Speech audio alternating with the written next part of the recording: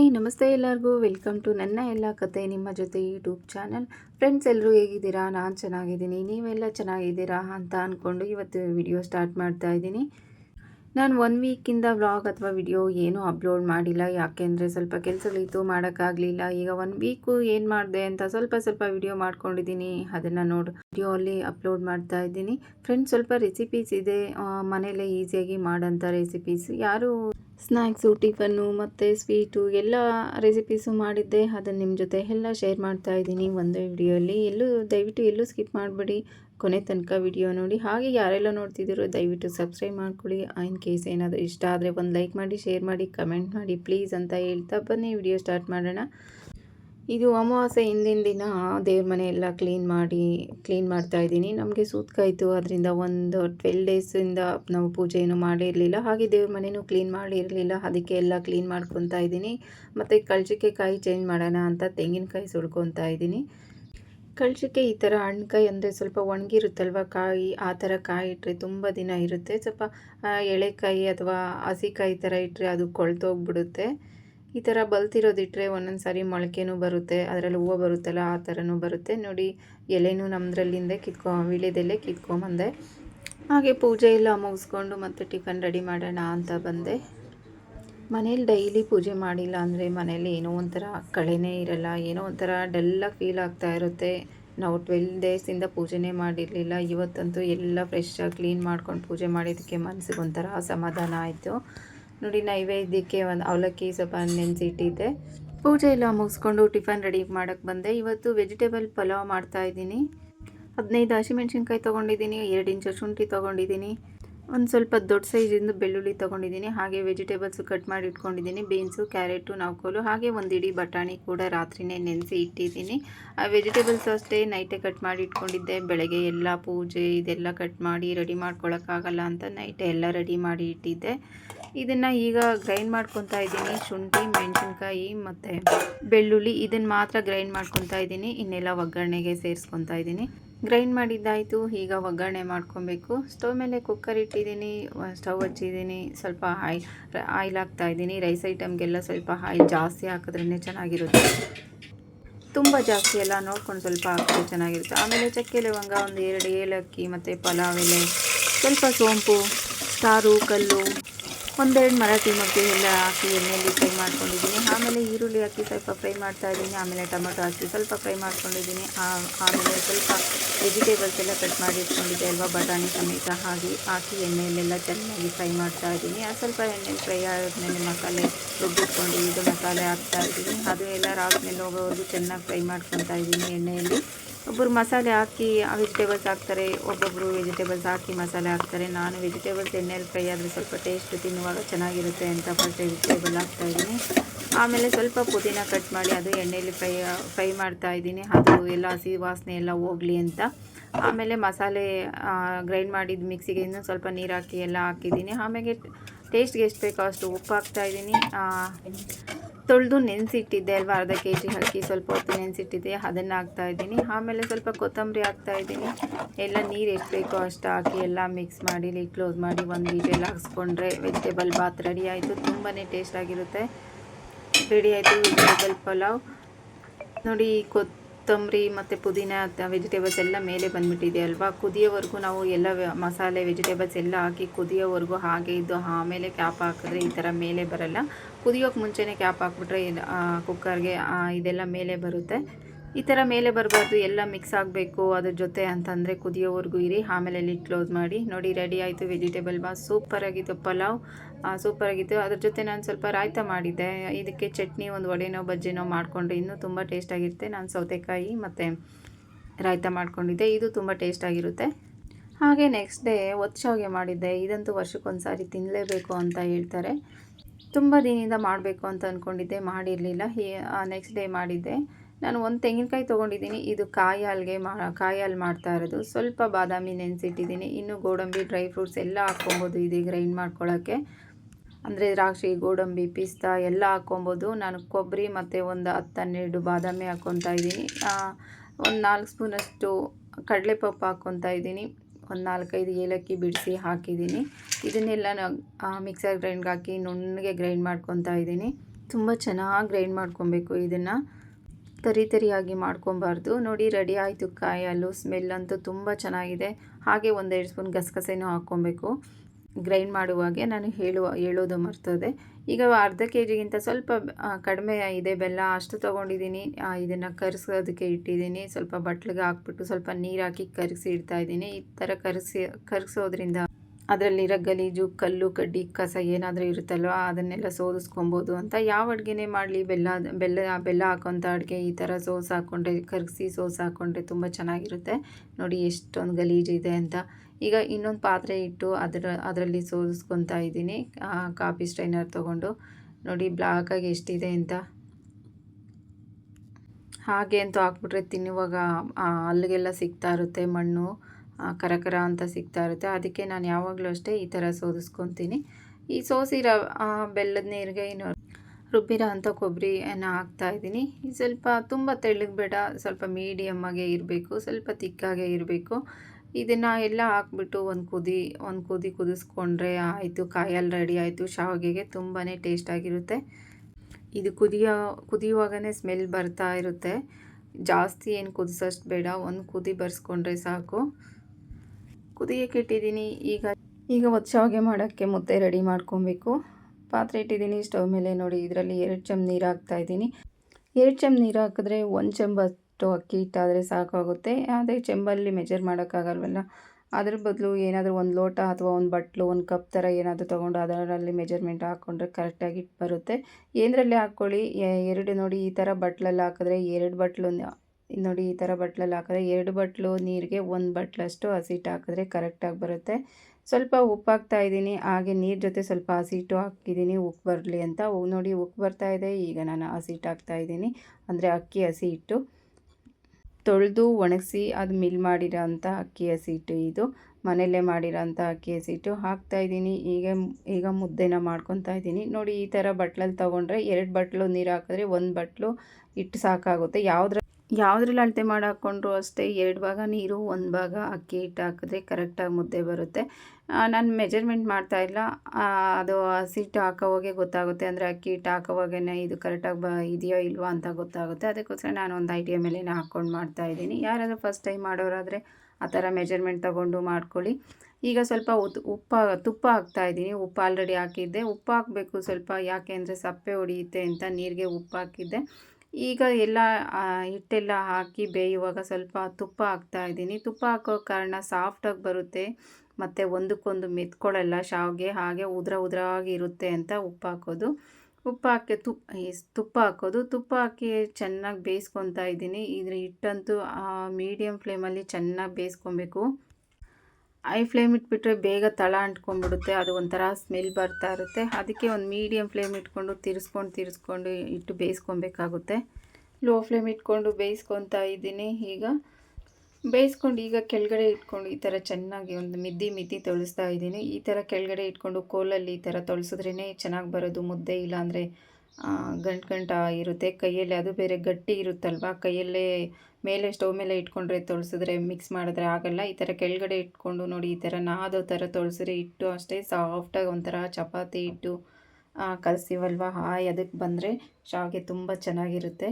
ಇಲ್ಲ ಸರಿಯಾಗಿ ತೊಳ್ಸಿಲ್ಲ ಅಂದರೆ ಅದು ಕೈ ಬಾಯಿಗೆ ಮೆತ್ಕೊಳ್ಳೋ ಥರ ಇರುತ್ತೆ. ಸ್ವಲ್ಪ ಗಟ್ಟಿಯಾಗೂ ಇರಬೇಕು ಮುದ್ದೆ, ಹಾಗೆ ಚೆನ್ನಾಗೂ ತೊಳ್ಸಿರಬೇಕು. ಕೆಳಗಡೆ ಇಟ್ಕೊಂಡು ತೊಳ್ಸಿದ್ದಾದ್ಮೇಲೆ ಇನ್ನು ಸ್ವಲ್ಪ ಸ್ಟವ್ ಮೇಲೆ ಇಟ್ಟು ಈ ಥರ ಕೋಲಲ್ಲಿರೋದೆಲ್ಲ ತೆಗೆದು ಮತ್ತೆ ಸ್ವಲ್ಪ ಲೈಟಾಗಿ ಬೇಯಿಸ್ಕೊಬೇಕಾಗುತ್ತೆ.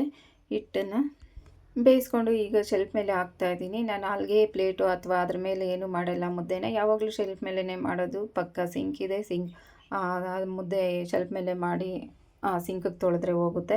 ಮತ್ತು ಕೈಯಲ್ಲಿ ಈ ಥರ ಚೆನ್ನಾಗಿ ಈ ಥರ ನೋಡಿ ಈ ಥರ ಪ್ರೆಸ್ ಮಾಡಿ ಮುದ್ದೆನ ಈ ಥರ ಮಿದ್ಬಿಟ್ಟು ಮಾಡಿದ್ರೇ ಮುದ್ದೆ, ಯಾವ ನಾರ್ಮಲ್ ಮುದ್ದೆ ರಾಗಿ ಮುದ್ದೆನೂ ಅಷ್ಟೇ, ಈ ಥರ ಮುದ್ದೆನೂ ಅಷ್ಟೇ ಈ ಥರ ಮಿದ್ದಿ ಮಾಡಿದ್ರೇ ಚೆನ್ನಾಗಿರೋದು. ಅದಕ್ಕೋಸ್ಕರ ನಾನು ಯಾವಾಗಲೂ ಮುದ್ದೆನ ಶೆಲ್ಫ್ ಮೇಲೇ ಮಾಡ್ತೀನಿ. ಈ ಥರ ಎಲ್ಲ ಮಿದ್ದಿ ಚಿಕ್ಕ ಉಂಡೆ ಥರ ಮಾಡಿ ಇಟ್ಕೊಬೇಕು. ಒಂದು ಮೀಡಿಯಮ್ ಸೈಜ್ಗೆ ನೋಡಿ ಈ ಥರ ಚಿಕ್ಕದೆಲ್ಲ ಉಂಡೆ ಥರ ಮಾಡಿ ಹಾಟ್ ಬಾಕ್ಸ್ಗೆ ಇಡ್ತೀನಿ. ಹಾಟ್ ಬಾಕ್ಸಲ್ಲಿ ಹಾಗೆ ಇಟ್ಟರೆ ಆರ್ಕೊಂಬಿಡುತ್ತೆ. ಶಾವಿಗೆ ಒತ್ಕೊಳ್ಳೋಕ್ಕಾಗಲ್ಲ. ಶಾವಿಗೆ ಬಿಸಿ ಇರುವಾಗಲೇ ಒತ್ಕೊಬೇಕು. ಹಾರಿದ್ರೆ ಅಷ್ಟೊಂದು ಚೆನ್ನಾಗಿ ಬರಲ್ಲ ಅಂತ ನಾನು ಹಾಟ್ ಬಾಕ್ಸ್ಗೆ ಇಡ್ತಾಯಿದ್ದೀನಿ.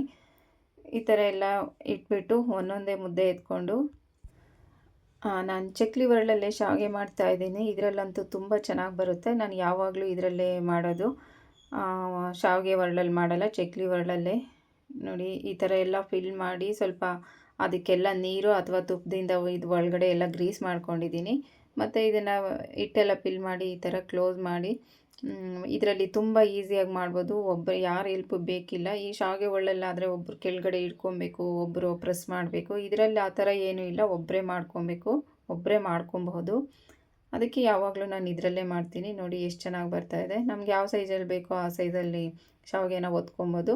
ಹಾಗೆ ಉದ್ದುದ್ದನ್ನು ಕೂಡ ಒತ್ಕೊಬೋದು, ಇಲ್ಲ ರೌಂಡ್ ಶೇಪಲ್ಲಿ ಕೂಡ ಒತ್ಕೊಬೋದು. ಶಾವಿಗೆನ ಒಂದು 2-3 ಥರ ಮಾಡ್ತಾರೆ. ಮತ್ತು ಈ ಥರ ಎಲ್ಲ ಬೇಯಿಸ್ಬಿಟ್ಟು ಮತ್ತೆ ಸ್ಟೀಮ್ ಕುಕ್ ಮಾಡ್ತಾರೆ. ಒಬ್ಬೊಬ್ಬರು ಅದರ ಅವಶ್ಯಕತೆ ಏನಿಲ್ಲ. ನಾವು ಯಾವಾಗಲೂ ಇದೇ ಥರನೇ ಮಾಡೋದು, ಈಸಿ ಮೆಥಡಲ್ಲಿ. ಒಬ್ಬೊಬ್ಬರು ಹಿಟ್ಟನ್ನು ಬಿಸಿ ನೀರಲ್ಲಿ ಕಲಿಸ್ಕೊಂಡು ಮತ್ತು ಶಾವಿಗೆ ಒತ್ತಿ ಮತ್ತೆ ಅದನ್ನು ಬೇಯಿಸ್ತಾರೆ. ಅದೆಲ್ಲ ಡಬ್ಬಲ್ ಕೆಲಸ ಮತ್ತು ರಿಸ್ಕು ಕೂಡ. ಈ ಥರ ತುಂಬ ಈಸಿ ಮೆಥಡಲ್ಲಿ ಈ ಥರ ಮಾಡಿದ್ರೆ ತುಂಬ ಈಸಿ ಮೆಥಡಲ್ಲೂ ಇರುತ್ತೆ. ಹಾಗೆ ತಿನ್ನೋಕ್ಕೂ ಅಷ್ಟೇ ತುಂಬಾ ಟೇಸ್ಟಾಗಿರುತ್ತೆ. ಕಾಯಲ್ಲಿ ಜೊತೆ ಹಾಕ್ಕೊಂಡು ತಿಂದರೆ ತುಂಬ ಈಸಿ ರೆಸಿಪಿ ಅಂತ ಹೇಳ್ಬೋದು. ಆದರೆ ತಿನ್ನೋದಕ್ಕೂ ಅಷ್ಟೇ ತುಂಬಾ ಟೇಸ್ಟಾಗಿರುತ್ತೆ. ಕಾಯಲ್ಲಿ ಜೊತೆ ಸ್ವಲ್ಪ ತುಪ್ಪ ಹಾಕ್ಕೊಂಡು ತಿಂದರೆ. ನೋಡಿ ರೆಡಿ ಆಯಿತು ಶಾವಿಗೆ.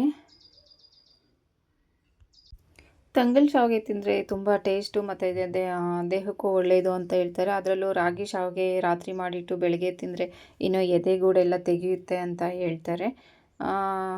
ರಾಗಿ ಶಾವಿಗೆನೂ ಒಂದಿನ ಮಾಡಬೇಕು. ನೋಡಿ ರೆಡಿ ಆಯಿತು. ಈಗ ಇದಕ್ಕೆ ಸ್ವಲ್ಪ ತುಪ್ಪ ಹಾಕ್ಕೊಂಡು ಕಾಯಲ್ಲಿ ಹಾಕ್ಕೊಂಡು ತಿಂದರೆ ತುಂಬಾ ಟೇಸ್ಟ್ ಆಗಿರುತ್ತೆ. ಇಷ್ಟ ಆಯಿತು ಅಂತ ಅಂದ್ಕೊತೀನಿ. ಇಷ್ಟ ಆದರೆ ಪ್ಲೀಸ್ ಒಂದು ಲೈಕ್ ಮಾಡಿ. ಹಾಗೆ ಫ್ರೈಡೇ ಕಂಟಿನ್ಯೂಷನ್ ಲಾಗ್ ಮಾಡ್ತಿದ್ದೀನಿ ಫ್ರೆಂಡ್ಸ್. ಫ್ರೈಡೇ ನಾವು ಈಗ ದೇವ್ರಿಗೆ ಆಷಾಢ ಮಾಸದಲ್ಲಿ ದೇವ್ರಿಗೆಲ್ಲ ಎಡೆ ಸಾಗಾಕ್ತೀವಿ.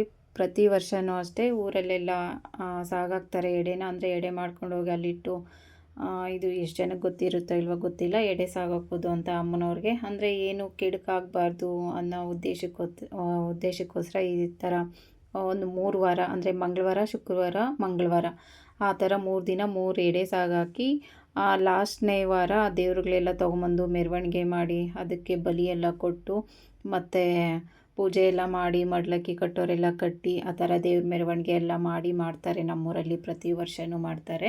ಅದಕ್ಕೆ ಎಡೆಗೋಸ್ಕರ ನಾನೀಗ ರಾಗಿ ಅಂಬಲಿ ಮಾಡ್ಕೊತಾ ಇದ್ದೀನಿ. ಅನ್ನ ಆದರೂ ಮಾಡ್ಬೋದು, ಈ ಥರ ರಾಗಿ ಅಂಬಲಿ ಆದರೂ ಮಾಡ್ಕೊಬೋದು. ನಾನು ರಾಗಿ ಅಂಬಲಿ ಮಾಡ್ತಾಯಿದ್ದೀನಿ, ತುಂಬ ಶ್ರೇಷ್ಠ ಅಂತ. ತುಂಬ ಮಡಿಯಿಂದ ಮಾಡಬೇಕಿದು. ಇದನ್ನು ಅನ್ನ ಮಾಡುವಾಗ ಉಪ್ಪೇನೂ ಹಾಕಬಾರ್ದು, ಆ ಥರ ಮಾಡಬೇಕು. ನಾನು ಅಂಬಲಿನ ಈ ಮೆಥಡಲ್ಲಿ ಮಾಡ್ತಾಯಿದ್ದೀನಿ. ಸ್ವಲ್ಪ ನೀರು ಹಾಕಿ ಎಲ್ಲ ಕಲಿಸ್ಬಿಟ್ಟು ಮತ್ತು ಸ್ವಲ್ಪ ನೀರು ಜಾಸ್ತಿನೇ ಹಾಕಿ ಕಲಸಿರಬೇಕು. ತುಂಬ ಗಟ್ಟಿಯಾಗಿ ಕಲಿಸ್ಬಾರ್ದು, ಯಾಕೆಂದರೆ ಅದು ಬೇಯಲ್ಲ. ಅದಕ್ಕೋಸ್ಕರ ತುಂಬ ತೆಳುವಾಗಿ ಇದನ್ನು 2 ಥರ ಮಾಡ್ಕೊಬೋದು. ಇಲ್ಲ ನೀರೆಲ್ಲ ಕಾಯಿಸ್ಬಿಟ್ಟು ಹಸಿಟ್ಟು ಹಾಕಿ ಅದರೊಳಗಡೆ ಹಸಿಟ್ಟು ನೀರು ಕಾದಾದಮೇಲೆ ಅದನ್ನು ನೀರಲ್ಲಿ ಕಲಸಿರೋದನ್ನು ಸಿರಪ್ ಹಾಕಿ ಈ ಥರ ಕೈ ಆಡಿಸ್ದೆ ಕೈ ಬಿಡದೆ ಆಡಿಸ್ತಾ ಬೇಯಿಸ್ಕೊಳ್ಳೋದು. ಮತ್ತು ಈ ಥರ ಫಸ್ಟೇ ಎಲ್ಲ ಕಲಸಿಕ್ಬಿಟ್ಟು ಮತ್ತೆ ಕೈ ಆಡಿಸ್ತಾ ಬೇಯಿಸ್ಕೊಳ್ಳೋದು. ರಾಗಿ ಅಂಬಲಿನ ಚೆನ್ನಾಗಿ ಬರುತ್ತೆ. ನೋಡಿ ನಾನು ಬೇಯಿಸ್ತಾ ಇದ್ದೀನಿ. ಈಗ ಕೈ ಬಿಟ್ಟರೆ ಗಂಟು ಆಗಿಬಿಡುತ್ತೆ. ಅದಕ್ಕೋಸ್ಕರ ಅದು ಬೇಯೋವರೆಗೂ ಚೆನ್ನಾಗಿ ಗಟ್ಟಿಯಾಗೋವರೆಗೂ ಕೈ ಆಡಿಸ್ತಾನೆ ಇರಬೇಕು. ರಾಗಿ ಅಂಬಲಿನ ಎಡೆಗೆ ಹಾಕೋವಂಥ ರಾಗಿ ಅಂಬಲಿನ ಇದು ಸ್ಟೈಲ್ ಲೋ ಫ್ಲೇಮಲ್ಲೇ ಮಾಡ್ಕೊಬೇಕು, ಹೈ ಫ್ಲೇಮ್ ಇಡಬಾರ್ದು. ನೋಡಿ ರೆಡಿ ಆಯಿತು. ಎಷ್ಟು ಚೆನ್ನಾಗಾಗಿದೆ ನೋಡಿ, ಸೇಮ್ ಮುದ್ದೆ ಥರನೇ ಆಗಿದೆ. ಇದಕ್ಕೂ ಅಷ್ಟೇ ಉಪ್ಪು ಏನೂ ಹಾಕಿಲ್ಲ, ಹಾಗೆ ಮಾಡಿರೋದು. ರೆಡಿ ಆಯಿತು ರಾಗಿ ಅಂಬಲಿ. ಈಗ ದೇವ್ರ ಮನೆಯಲ್ಲೆಲ್ಲ ಕ್ಲೀನ್ ಮಾಡ್ಕೊತಾ ಇದ್ದೀನಿ ಎಡೆ ಹಾಕೋದಕ್ಕೋಸ್ಕರ. ಬೆಳಗ್ಗೆನೇ ಕ್ಲೀನು ಪೂಜೆ ಎಲ್ಲ ಆಗಿದೆ. ಈಗ ಸ್ವಲ್ಪ ಎಡೆ ಹಾಕೋದಕ್ಕೋಸ್ಕರ ಇನ್ನೊಂದು ಈಗ ರಂಗೋಲಿ ಹಾಕ್ತಾ ಇದ್ದೀನಿ. ಅಂದರೆ 4 ಸೈಡ್ ಈ ಥರ ರಂಗೋಲಿ ನಮ್ಮಮ್ಮ ಈ ಥರ ಮಾಡ್ತಿದ್ರು. ಅದಕ್ಕೆ ನನಗೂ ಎಲ್ಲ ಈ ಥರನೇ ಮಾಡ್ತೀನಿ. ಎಡೆ ಎಲ್ಲ ಹಾಕಬೇಕಾದ್ರೆ ಈ ಥರನೇ 4 ಸೈಡು ಎಡೆ ಹಾಕಿ ಸ್ಕ್ವೇರ್ ಶೇಪ್ ಮಾಡಿಕೊಂಡು ಮತ್ತೆ ಒಂದು ರೌಂಡ್ ಹಾಕೋದು ರಂಗೋಲಿ. ನಾನು ಅಷ್ಟೇ ಯಾವಾಗಲೂ ಎಡೆ ಹಾಕಬೇಕಾದ್ರೆ ಎಡೆಗೋಸ್ಕರ ಈ ಥರನೇ 4 ಸೈಡು ರಂಗೋಲಿ ಹಾಕಿ ಮಾಡೋದು. ರಂಗೋಲಿ ಹಾಕಿ 4 ಸೈಡು ಅರಿಶಿನ ಕುಂಕುಮ ಹೂವಿಟ್ಟು ಮತ್ತು ಬಾಳೆ ಎಲೆ ಹಾಕಿ, ಬಾಳೆ ಎಲೆಯಲ್ಲಿ ನೋಡಿ ಆ ರಾಗಿ ಅಂಬಲಿ ಎಲ್ಲ ಹಾಕಿದ್ದೆ ಅಲ್ವಾ, ಅದರಲ್ಲಿ ನೋಡಿ ಮುದ್ದೆ ಇಟ್ಟು ಒಳಗಡೆ ಈ ಥರ ಓಲ್ ಶೇಪ್ ಮಾಡಿ ಅದರೊಳಗಡೆ ಮೊಸರು ಹಾಕಿ ಅರಿಶಿನ ಕುಂಕುಮ ಎಲ್ಲ ಹೂವು ಮತ್ತು ಬೇವಿನ ಸೊಪ್ಪು ಎಲ್ಲ ಇಟ್ಟು ನೋಡಿ ಈ ಥರ ಮಾಡಿದ್ದೀನಿ. ಅದು ವಿಡಿಯೋ ಆಗಿಲ್ಲ, ಆಫ್ ಆಗಿಬಿಟ್ಟಿತ್ತು, ಅದಕ್ಕೋಸ್ಕರನೇ ತೋರಿಸ್ತಿದ್ದೀನಿ. ವಿಡಿಯೋ ಆಗ್ತಾಯಿದೆ ಅಂದ್ಕೊಂಡಿದ್ದೆ, ಆಗಿಲ್ಲ. ಈಗ ನೋಡಿ ಮೊಸರು ಹಾಕಿ ಮತ್ತು ರಾಗಿ ಹಿಟ್ಟಲ್ಲಿ ದೀಪ ಮಾಡಿರೋದು. ಅದು ರಾಗಿ ಹಸಿ ಹಿಟ್ಟು ಇರುತ್ತಲ್ವ, ಆ ದೀಪನ ಅದು ರಾಗಿ ಹಿಟ್ಟು ಕಲಿಸ್ಕೊಂಡು ಗಟ್ಟಿಯಾಗಿ ಅದರಲ್ಲೇ ದೀಪ ಮಾಡಿ ದೀಪ ಹಚ್ಚಿರೋದು ಅದು ಬತ್ತಿ ಹಾಕಿ, ಮತ್ತು ಒಳಗಡೆ ಮೊಸರು ಹಾಕಿ ಈ ಥರ ಅರಿಶಿನ ಕುಂಕುಮ ಕಡ್ಡಿ ಕರ್ಪೂರ ಹೂವು ಎಲ್ಲ ಹಚ್ಚಿ ಪೂಜೆ ಮಾಡಿ ಮನೆಯಲ್ಲಿ ಒಂದು ಸ್ವಲ್ಪ ಹೊತ್ತು ಇಟ್ಟು ಆಮೇಲೆ ತೊಗೊಂಡೋಗಿ ಎಡೆ ಸಾಗಾಕ್ಬಿಟ್ಟು ಬರೋದು. ಈಗ ಪೂಜೆ ಎಲ್ಲ ಆಯಿತು, ಒಂದು 1/2 ಅವರ್ ಇಟ್ಟಿರ್ತೀನಿ ಮನೆಯಲ್ಲಿನೇ ದೀಪ ಉರಿಯೋವರೆಗೂ. ಮತ್ತು ದೀಪ ದೀಪ ಎಲ್ಲ ಉರಿದೋಗಿದ್ರೆ ಮತ್ತೆ ಹೊಸ ಬತ್ತಿ ಹಾಕಿ ದೀಪ ಹಚ್ಕೊಂಡು ಕಡ್ಡಿ ಎಲ್ಲ ಹಚ್ಕೊಂಡು ಎಡೆ ಎತ್ಕೊಂಡು ಹೋಗ್ತೀವಿ. 1/2 ಅವರ್ ಆದಮೇಲೆ ಕರ್ಪೂರ ಎಲ್ಲ ಹಚ್ಚಿ ಪೂಜೆ ಮಾಡಿದ್ದಾಯಿತು. 1/2 ಅವರ್ ಇಟ್ಟಿದ್ದೆ, ಹಾಗೆ ಮತ್ತೆ ಬತ್ತಿ ಎಲ್ಲ ಉರಿದೋಗಿತ್ತು. ಮತ್ತು ಹೊಸ ಬತ್ತಿ ಎಲ್ಲ ಹಾಕ್ಕೊಂಡು ಎಡೆ ತೆಗಿತಾ ಇದ್ದೀನಿ. ಮತ್ತು ನಮಸ್ಕಾರ ಎಲ್ಲ ಮಾಡಿಕೊಂಡು ನಾನು ಲಾಸ್ಟ್ ವೀಕ್ ಹಾಕಿರಲಿಲ್ಲ, ಶುಕ್ರವಾರ ಅದೇ ಸೂತಕ ಇತ್ತು ಅಂತ ಹೇಳಿದ್ದೆ ಅಲ್ವಾ, ಅದಕ್ಕೆ ಲಾಸ್ಟ್ ವೀಕ್ದು ಮತ್ತು 2 ದಿನದ್ದು ಈ ಸಾರಿನೇ ಇವತ್ತು ಹಾಕಿದ್ದೀನಿ ಎಡೆ. ಮಂಗಳವಾರ ಶುಕ್ರವಾರ ಮಂಗಳವಾರ ಆ ಥರ ಹಾಕಬೇಕಾಗಿತ್ತು. ನಾನು ಮಂಗಳವಾರ ಹಾಕಿಲ್ಲ, ಅದಕ್ಕೋಸ್ಕರ ಶುಕ್ರವಾರನೇ 2 ಎಡೆ ಹಾಕ್ತಾಯಿದ್ದೀನಿ. ಮತ್ತು ನೆಕ್ಸ್ಟ್ ಮಂಗಳವಾರ ಒಂದು ಹಾಕಿದ್ರೆ 3 ಎಡೆ ಆಗುತ್ತೆ ಅಂತ ನಾನು ತೊಗೊಂಡು ಹೋಗ್ತಾಯಿದ್ದೀರಿ. ನಾನು ನನ್ನ ಮಗಳು ತೊಗೊಂಡೋಗಿ ಇಟ್ಟು ಬರೋಕ್ಕೆ ಹೋಗ್ತಾಯಿದ್ದೀವಿ. ಪ್ರತಿ ವರ್ಷ ಆಷಾಢದ ಮಾಸದಲ್ಲಿ ನಮ್ಮೂರಲ್ಲಿ ಈ ಥರ ಎಡೆ ಸಾಗಾಕ್ತೀವಿ. ಎಲ್ಲರೂ ಅಷ್ಟೇ, ಸುಮಾರು ಮನೆಗಳಿದೆ, 1000 ಮನೆ ಮೇಲೆ ಇದೆ ನಮ್ಮೂರಲ್ಲಿ. ಅಲ್ಲಿ ಫುಲ್ಲೆಲ್ಲ ಎಡೆ ಇಟ್ಬಿಟ್ರೆ ಒಂದು GB ಅಂತ ಇದೆ, ಅಲ್ಲಂತೂ ಎಲ್ಲ ಫುಲ್ಲು ತುಂಬ್ಕೊಂಬಿಟ್ಟಿರುತ್ತೆ, ಸ್ಪೇಸಸ್ ಅಲ್ಲೆಲ್ಲ ಅಷ್ಟೊಂದಿರುತ್ತೆ. ತೊಗೊಂಡೋಗ್ತಾ ಇದ್ದೀವಿ ಈಗ.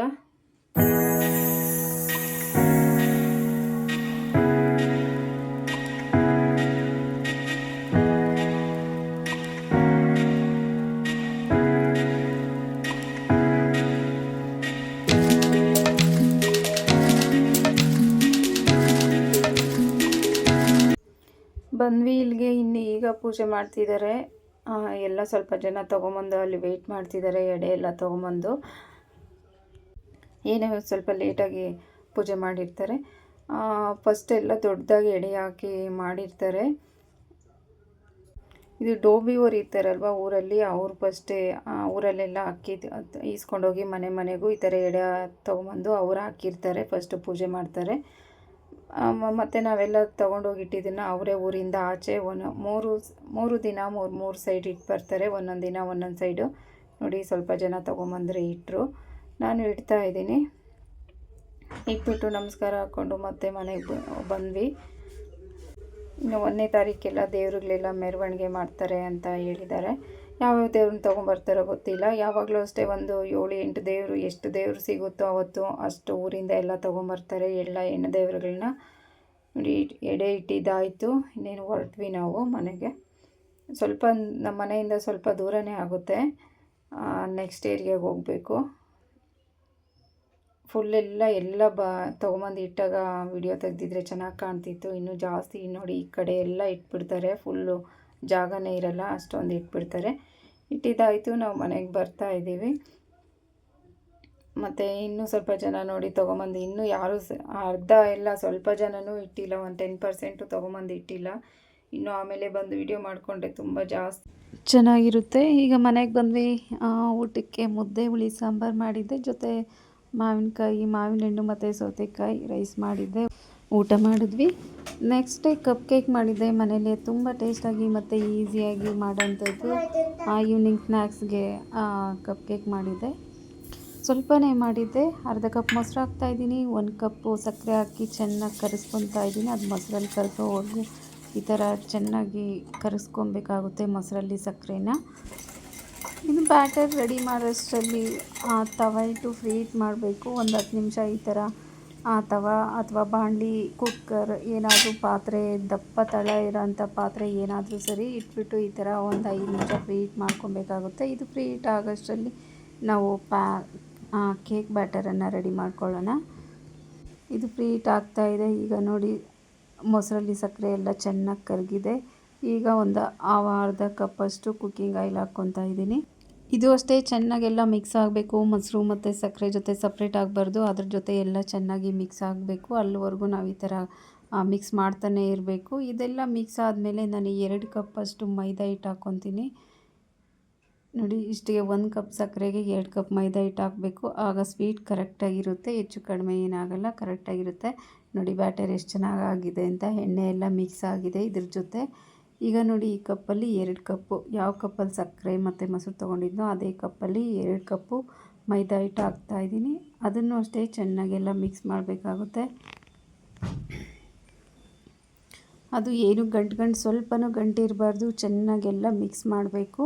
ಒಂದು 5 ನಿಮಿಷ ಆದರೂ ಮಿಕ್ಸ್ ಮಾಡಬೇಕು. ಹಿಟ್ಟು ಯಾವ ಥರ ನಾವು ಬ್ಯಾಟರ್ ಯಾವ ಥರ ರೆಡಿ ಮಾಡ್ಕೊತೀವೋ, ಎಷ್ಟು ಚೆನ್ನಾಗಿ ರೆಡಿ ಮಾಡ್ಕೊತೀವೋ ಆ ಥರ ಕಪ್ ಕೇಕ್ ರೆಡಿ ಆಗುತ್ತೆ.